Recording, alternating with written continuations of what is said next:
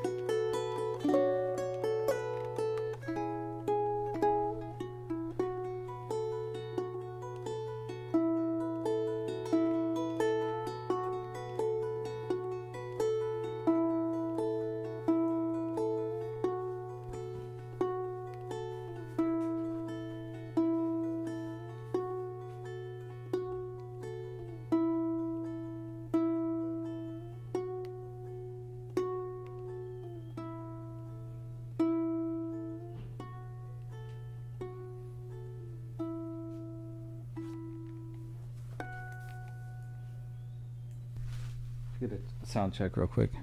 You guys. Oh, if you wanted headphones, if you wanted. Yeah, you should grab the headphones. You can get a better idea of how I speak. Yeah, just your proximity to the mic. Check number 9. Number 9. Number 9. Check. So nobody has covered the Beatles' Revolution number 9 on ukulele, right? I don't think so yet. The one song. The only Beatles song not covered by ukulele player. All right. So today we have Tobias Elof, and he's from Denmark. Yep. Big hub of ukulele players over there. Nope. I think there are a couple of Yep, that's the shutting down for the day. Okay. You know, one of the things that I remember last time when you came by and you were playing and you were, we did some like kind of, not really lessons, but you know, you were talking about the styles and kind of showing is, you know, there's the Clawhammer that you went and visited James like kind of early on, right? Or at least a few years. 2008 or something. Yeah. Yeah. So and how did that happen, by the way? I just wrote to him. Really, I discovered him in like 2003 or something through the internet, through Alta Vista search. So old school. Only when you know, you know. And I just wrote to him. Really, he just released his first album, and I wanted to get some ukulele lessons because I thought it was really nice the way he played. And then he wrote back, "Yeah, sure. Where do you live?" And I was like, "Denmark." And then he wrote back, "Oh, come over and visit." He didn't think you were gonna come. No. I'm thinking like now when I think back, in Denmark when you say something, it's usually literal, but the Canadian politeness I learned much later in my journey of music. No, but he was cool, huh? Yeah, it was really nice. So as in come over and like, so you just came over and you stayed with him? I stayed with him for I think 3 weeks, something like that, and just had lessons every day. Really. He wasn't with Anne yet. Yeah. Okay. There was. They lived out in the forest. They still do in the same house. Oh, yeah. All wood inside. Oh, is that where they filmed that video? The one he's playing the baritone electric, the thin body? Probably. It looks like it's in a barn or something. Yeah, you know? Maybe. Yeah, I remember he's getting all electric sound. Hey, he's experimenting with some different stuff. But yeah, it looked like a barn in the middle of nowhere. Just all wood. But yeah, it seems like if you guys are watching, you can just write James and you can go stay with him. I'm not sure the offer is still open. He's big time now. He's really. Well, yeah. I mean, he's the biggest. He's awesome. Yeah, he's great. And he's got all kinds of different teaching methods and stuff. Yeah, you know, he's got the ukulele way. He made his own like Facebook, but just with ukulele. It's pretty crazy. When you went there, did you already kind of have like some of the Clawhammer styles and stuff like that? No, not really Clawhammer. And he didn't taught me the Clawhammer. I think I just figured it out myself. There's a lot of banjo people in Denmark playing Clawhammer. Banjo player, so I just kind of applied it. It's the same technique. Right. But what we worked on the sherry hammer, the cherry picking, right? Oh, cherry. The cherry hammer. This is messy. It's a one-time hammer. Yeah, breaks every time. No, the cherry picking. Yeah, that was what we worked on when I visited him. He had this song for Cherry. He wrote where he made up this fancy right hand technique when you can describe that. Yeah, so the basic idea of it is that you have a what they call a thumb index or folk strumming. Here, wait, I'm gonna turn on those mics real quick. Okay, go ahead. Okay, so the basic idea is that you can pick a note with the thumb, and then you can strum in between. This is what they call the folk strum or pick strum. And then when you need some notes in between that, you fill it out with the Hawaiian triplet strum, but not as a strum. You use the same pattern, but as a picking pattern. So instead of doing, you would say,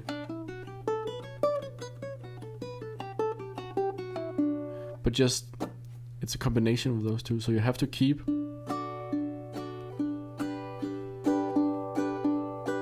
So here's my picking strumming.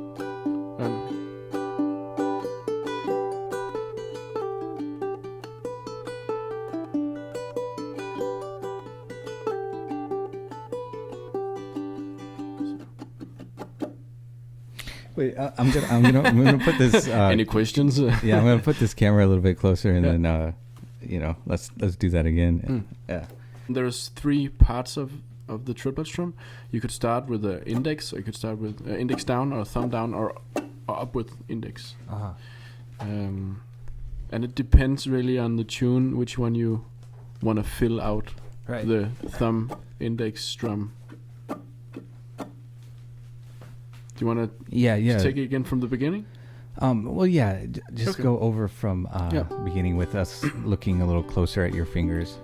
So, right now I'm in 6/8 time. So 1, 2, 3, 4, 5, 6. 1, 2, 3, 4, 5, 6. So this is just thumb and index. I'm just picking with the thumb, and then I'm strumming with the index in between. 2, 3, 4, 5, 6. 1, 2, 3, 4, 5, 6. Oh, but you're just hitting kind of like the last two. I could hit all of it. But it kind of gives it more of that distinctive. You can hear the notes better with just the. That's right. Well, the most important thing is to keep the rhythm. Right. So how do you take that to the next level? And then when you want to fill out notes in between, you use the Hawaiian triplet picking. Instead of using the Hawaiian triplet strum, you use the same pattern from the strumming. But instead of strumming all the strings, you just pick one string with it. For example, this is the Hawaiian triplet strum, right?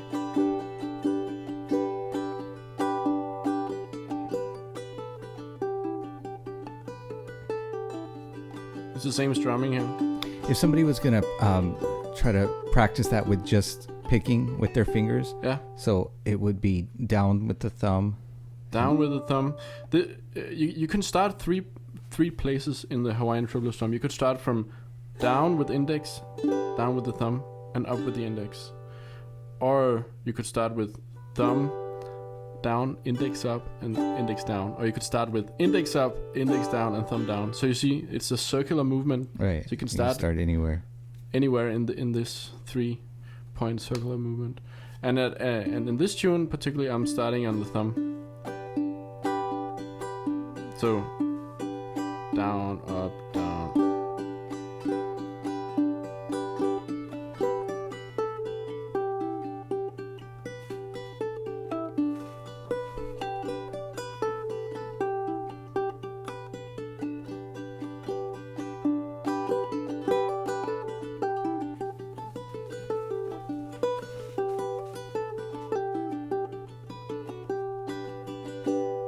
See? Yeah.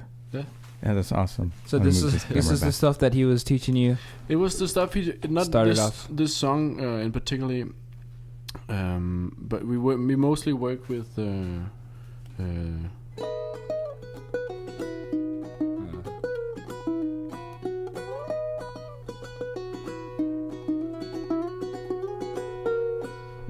song for Cherry. Right.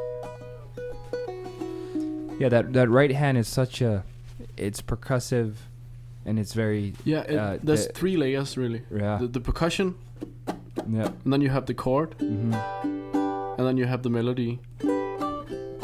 But it's like also that execution of that strum too, because I'm sure you're kind of hearing, you just want the E and A just strummed out. You have to keep... You have to keep...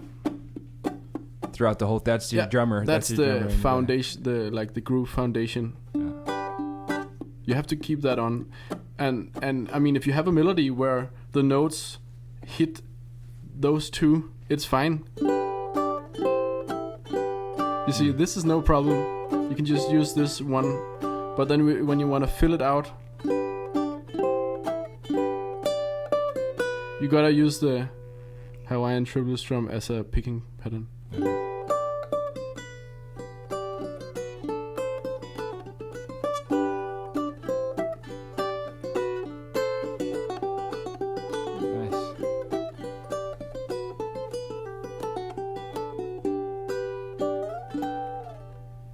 Kind of swings it a little bit more.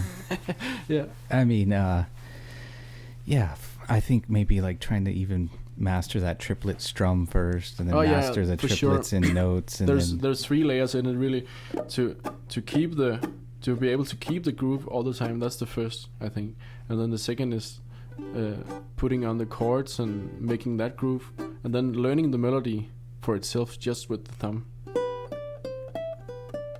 Or whatever melody it is, and then use some time on the triplet strum to just get into the Hawaiian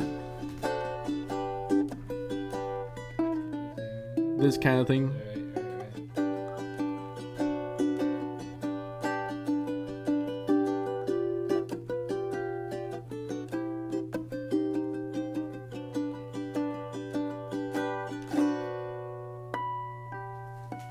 Yeah, I noticed Corey's hands kind of move very similar in the way he plays as well.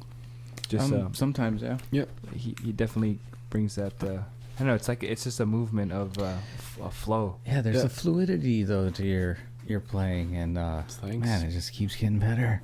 I was telling you when we were just setting up here, you should get a hang drum player. Some of the stuff is just like I could just get into yoga pose and like float off the ground. It seems like that's another thing that I've been more interested in since last time I was here. Like more, like the meditative part of music, the feeling of transcendence in music when I forget myself. That's really, that's such a joy for me. Like the album is not supposed to be the party album you put on. Yeah, it's not. It's really not that. Unless it's that kind of party. That kind of party. Yeah, depends how many psychedelics are in it. It could be smoke something and have a. And it's all instrumental. It's all instrumental. Yeah. Nice. Yeah. That, I mean, so much stuff like that can be used for just scenery. Stuff. Yeah, for sure. Yeah. Oh yeah. Movies. For sure. I would love to do more of that. Yeah, man, yeah, it is kind of cinematic in a way. Yeah, mood music. Yeah, but I think that's because of how much attention there is to the sound when you play.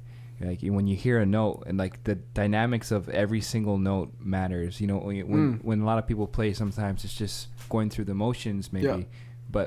But the extensive like paying attention to how loud is this note going to be, how long is it going to let it ring out, like all that kind of stuff gets thought about maybe more often. It's something I think about both consciously and unconsciously. I think I do it all the time. It's very important for me. It's called sound. Feeling it, Yeah. It's just like getting in there and just really letting.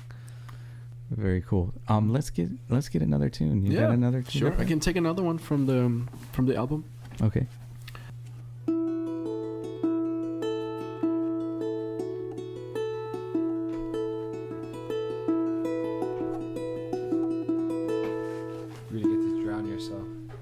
Drown yourself in this. Okay.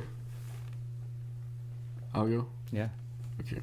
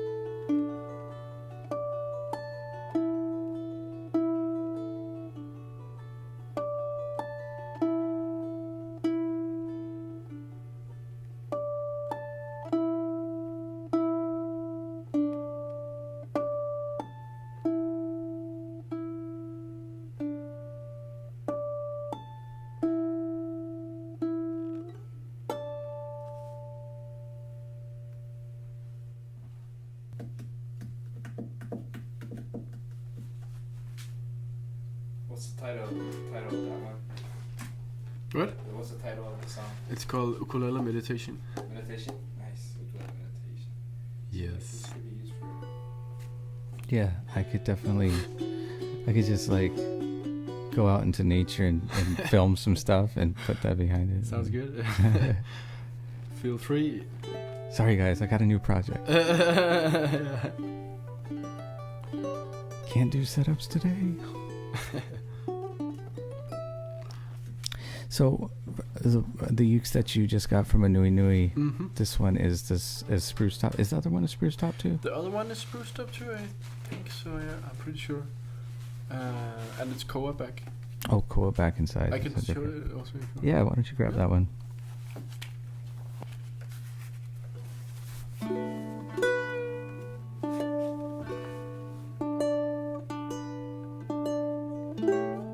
Oh, that's awesome. It's very different sound. It's more warm. So the other one is more like harp, kind of sparkling harp. This is more. Is that in the low G or low A? Low A. Low in this A, case, yeah. I play in detuning still. So what's the strings? The strings is fluorocarbon. It's. I'm sorry. The tuning. The tuning is A, D, F sharp, B. A. And the reason for that is because I've played a lot with fiddles and normally at least in Scandinavian and also Irish folk music, it's nice to have an open sound. Oh yeah, I love that.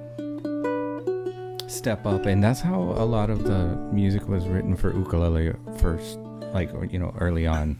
I think there is like one the first ukulele instructional book released by Ernest K.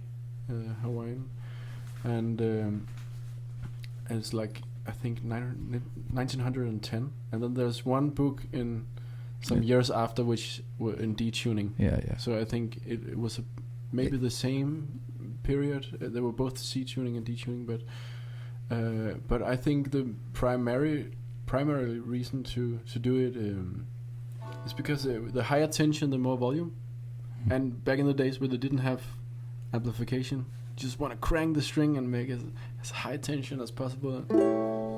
Yeah. Then it projects a bit more. Yeah, that's my a little theory. bit brighter, Brighter too, yeah. You get a little bit more like knifey sound. Yeah, articulation. Yeah, for sure. But I play with fiddles, and I like to make these kind of chords, which is drone-ish. And if I have a C drone, there's no fiddle tunes in C. It's always fiddle tunes in D. So I gotta have the open D. Yeah. Are you most influenced by fiddle players? Yeah, I think so. That's a big inspiration, natural inspiration, because Scandinavian folk music is fiddle. It's written for fiddle or for flutes mostly.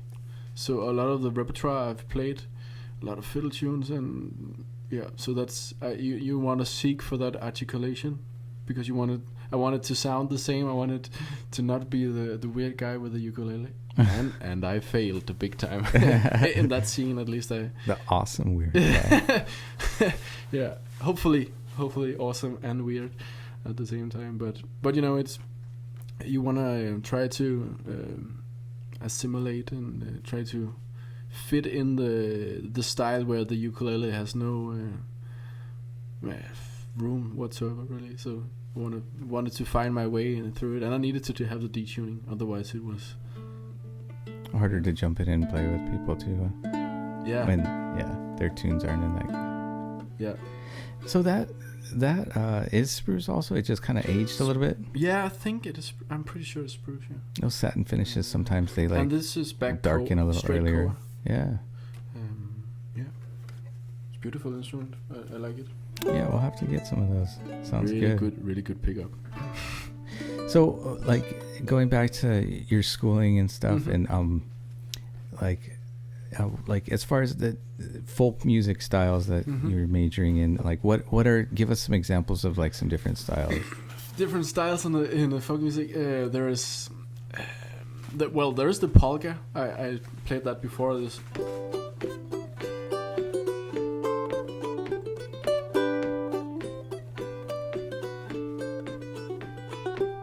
This kind of style. That's so. What makes polka polka? Polka is it's a type of dance. So I played a lot for dancing on the Music Academy too. But I mean, is it like the 2/4 of it, or it's 2/4 and it's like this is not a reel because reel is more like there's more notes in between, I would say. So but it definitely this rhythm don't like give me an example of a reel. Maybe the basic rhythm, polka rhythm that's polka. Yeah, that's the basic rhythm of it. But sometimes they would call it something, and I would say it sounds like polka. There's a slight difference, but it's more articulated on the fiddle too. There's a style called Hamburg, which is very similar to polka, but a bit slower dance, and I think it's a different bowing technique on the fiddle. But on the ukulele, it sounds almost the same, I would say. But besides polka, there's polska, sling polska, like the southern Swedish style, which is, it could be something like.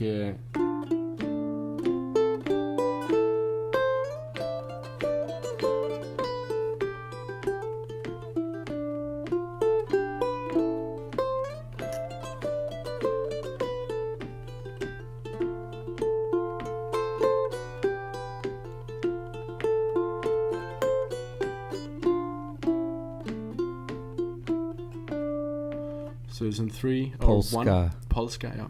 Sling polska. That's cool. It could even be what kind of polska? We have this one.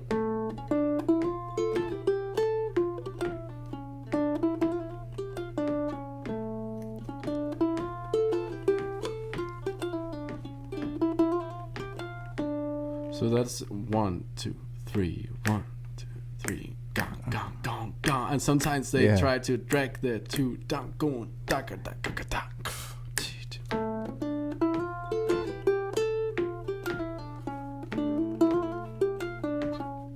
Kind of floating, but keeping the. Oh, that's cool. Yeah, it's almost like like medieval, but it's like I could see like almost getting taken to like hardcore. Yeah, I mean, it's powerful like that. Yeah, it's very.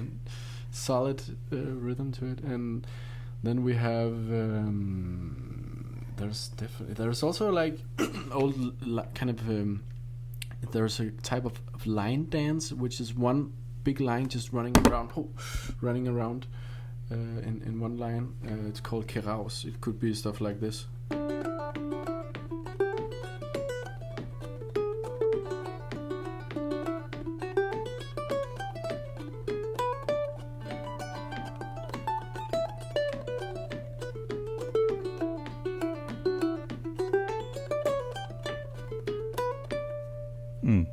Also a dance music. It's basically dance music, most of it.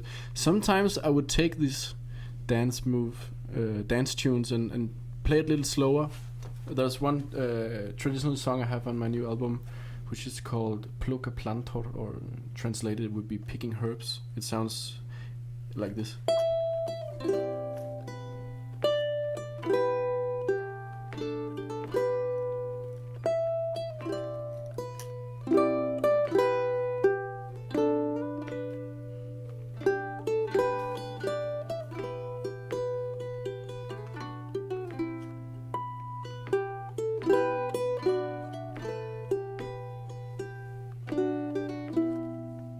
And then just take it a little bit down, and because it's beautiful melody. Yeah, I'm really looking forward to the new album.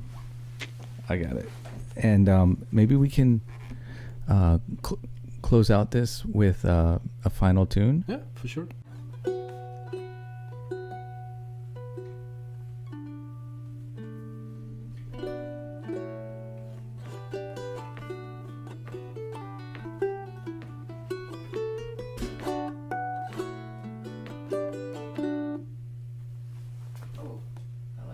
Is that like a tune that I know? Maybe I made a video with it sometime.